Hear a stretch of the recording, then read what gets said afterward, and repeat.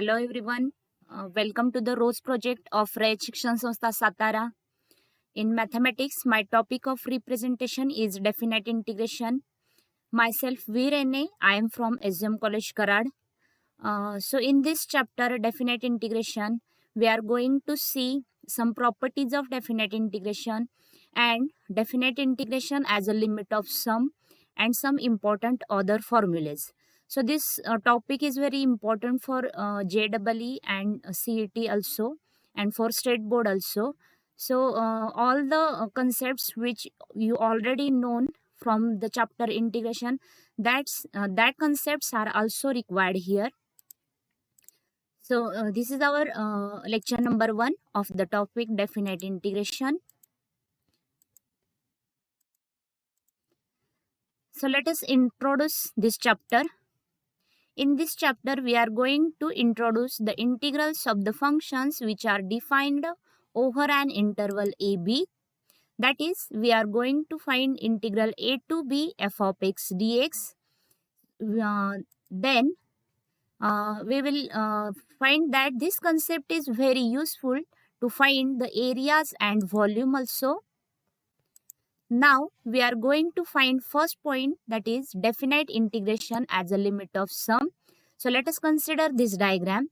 In this diagram, integral a to b f of x dx is defined as the area of the region bounded by y is equal to f of x-axis, and the ordinates x is equal to a and x is equal to b.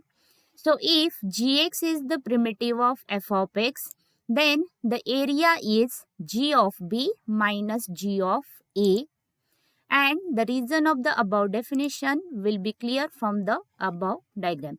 So what we are going to do, we are going to find this integral a to b f of x dx, that is we are going to find this area covered by this curve y is equal to f of x in between the points x is equal to a and x is equal to b.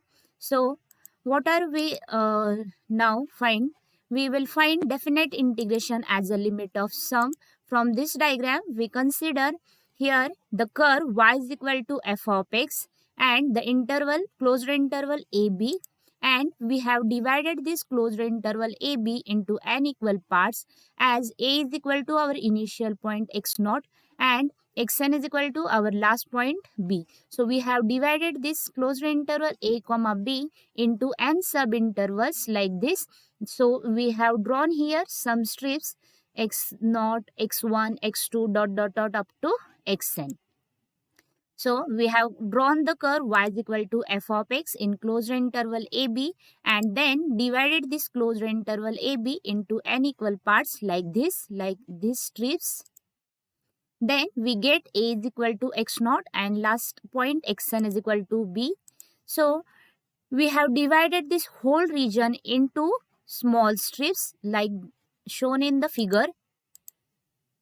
So after dividing this interval, we get the formula to find the integral as a limit of sum, as integral a to b f of x dx is equal to limit n tends to infinity summation r from 1 to n h into f of a plus rh. Here a is the lower limit, b is the upper limit.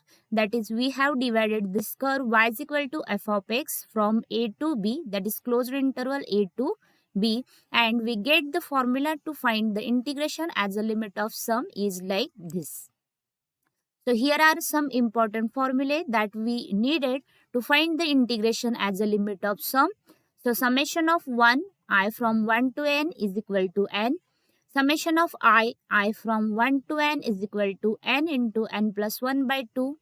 Summation I square I from 1 to n is equal to n into n plus 1 into 2n plus 1 upon 6.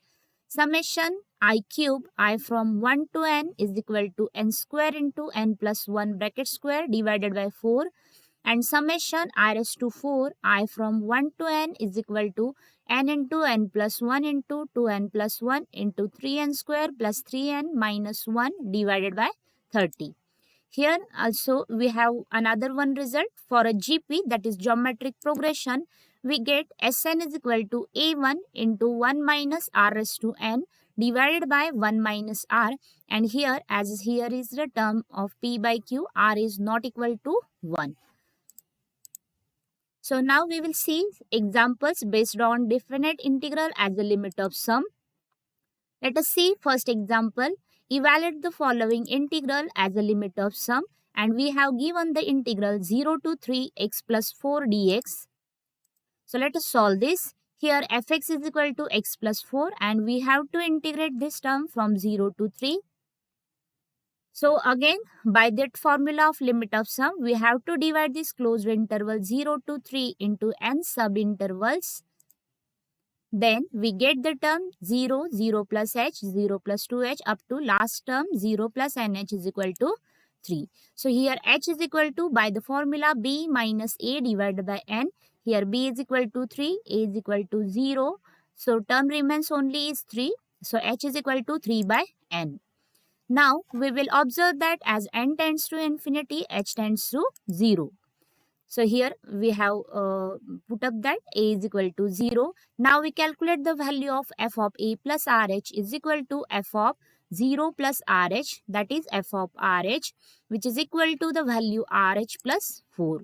So now we put all the values in the formula of limit of sum. Here it is our formula. So in this formula, replace the fx with x plus 4. From a to b, replace with 0 to 3. And from right side, replace the a plus rh with the value rh plus 4 and h as it is. So here limit as it is, summation as it is. Instead of f of rh plus 4, we have replaced this h with the value 3 by n. So this step occurs. Again, by calculation, we have multiplied by this 3 by n into bracket. We get this term. So, by applying the formula for summation of r and summation of 1 here, we get, instead of summation r, we get this value, and instead of summation 1, we get the value n. So, limit as it is. In this calculation, after calculating, we get 9 by 2 constant term, and in first bracket, we have remain only 1 plus 1 upon n, and here the term remains is only 12. So by calculating, we get the value as like this, and the final answer will be 33 by 2. Now move to our next example, example second. In example second, we have to integrate integral 2 to 3 7 raised to x dx. So we have given, this is our f of x. Here a is equal to 2 and b is equal to 3. So now we will find h with value b minus a upon n is equal to 3 minus 2 upon n, that is n into h is equal to 1. So now we will find f of a plus rh is equal to f of, instead of x, we have to replace the value a plus rh, that is 2 plus rh. So now by rule of exponent, we have separated 7 raised to 2 into 7 raised to rh. So this is our formula to find integration as a limit of sum.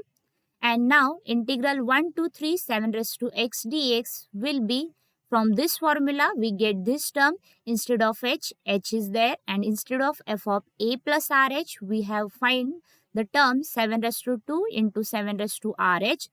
So now here 7 raised to 2 is constant term, keep outside of summation, and apply this summation to the term h into 7 raised to rh. So again, limit as it is, 7 raised to 2 as it is, h will be constant, so keep outside, and apply this summation to the term of r. We get r from 1 to n, so we have replaced this r with the value from 1 to 3 up to n, then we get this series. Then limit as it is, 7 raised to 2 as it is, summation, after observing that whole term in the bracket, we get h as it is and 7 raised to rh as it is. So it will be 7 raised to 2 into h, keep outside, and again we have taken repeated step from above. So we have this value as 7 raised to 2 as it is, h as it is, and whole this series is from our formula of Sn. We have 7 raised to h into 7 raised to h raised to n minus 1 divided by 7 raised to h minus 1 with the formula of this series expansion. So we get this term. Then again limit n tends to infinity as it is, 7 raised to 2 as it is. Then here in this term we have taken the h term, this h term in the denominator, or we have transferred this h term into the denominator. Then limit as it is, 7 raised to 2 as it is, 7 raised to h into, as n tends to infinity, our h tends to 0. So that's why value remains is here is 7 raised to 1 minus 1.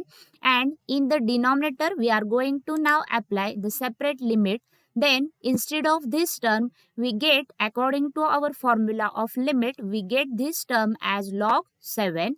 And in the numerator, as n tends to infinity, h tends to 0. So here the terms are replaced by 7 raised to 0, and here the term remains is only 7 minus 1. So by calculating we get this term, and the final answer will be 294 divided by log 7. Now move to our next example, example 3. In example 3, we have to integrate 0 to 4 x minus x square dx. So let us solve this. This is our fx. So here fx is equal to x minus x square, and a is equal to 0, b is equal to 4.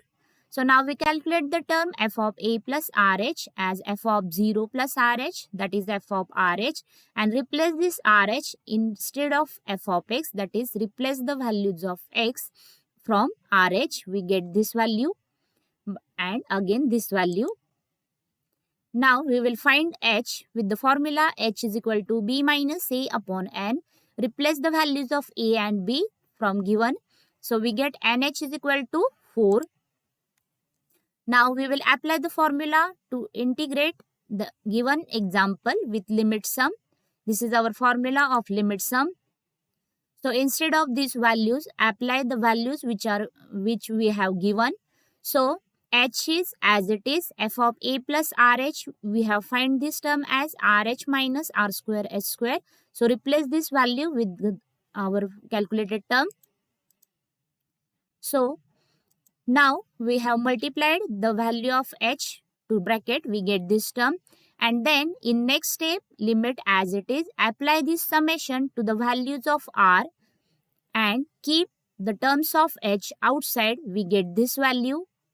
So in next step, we are going to apply the values of summation r, this formula, and summation of r square with this formula, and the terms of h as it is. So get this step. So now in next step, limit as it is, h square, and here we have done the simplification, that is we are going to multiply this n to inside bracket. Similarly here also we are going to multiply the n with this whole bracket and doing the simplification like this. So here we get limit as it is, and we have taken the term n into h whole bracket square from one bracket and keep the remaining term in other bracket divided by 2 as it is. Here also same way we have taken n into h in one bracket, so brackets cube we have taken, and the remaining terms are here, keep here as it is, and divided by 6 as it is. So now we are going to apply the limit, since as n tends to infinity, our h tends to 0, and instead of nh we have find the value as nh is equal to 4. So we have keep the, instead of nh we have put the value 4 here also and here also, and remaining terms as it is. So after doing calculation, we find this term as answer. Again on calculating, and this will be our final answer. Now we will move to our next example.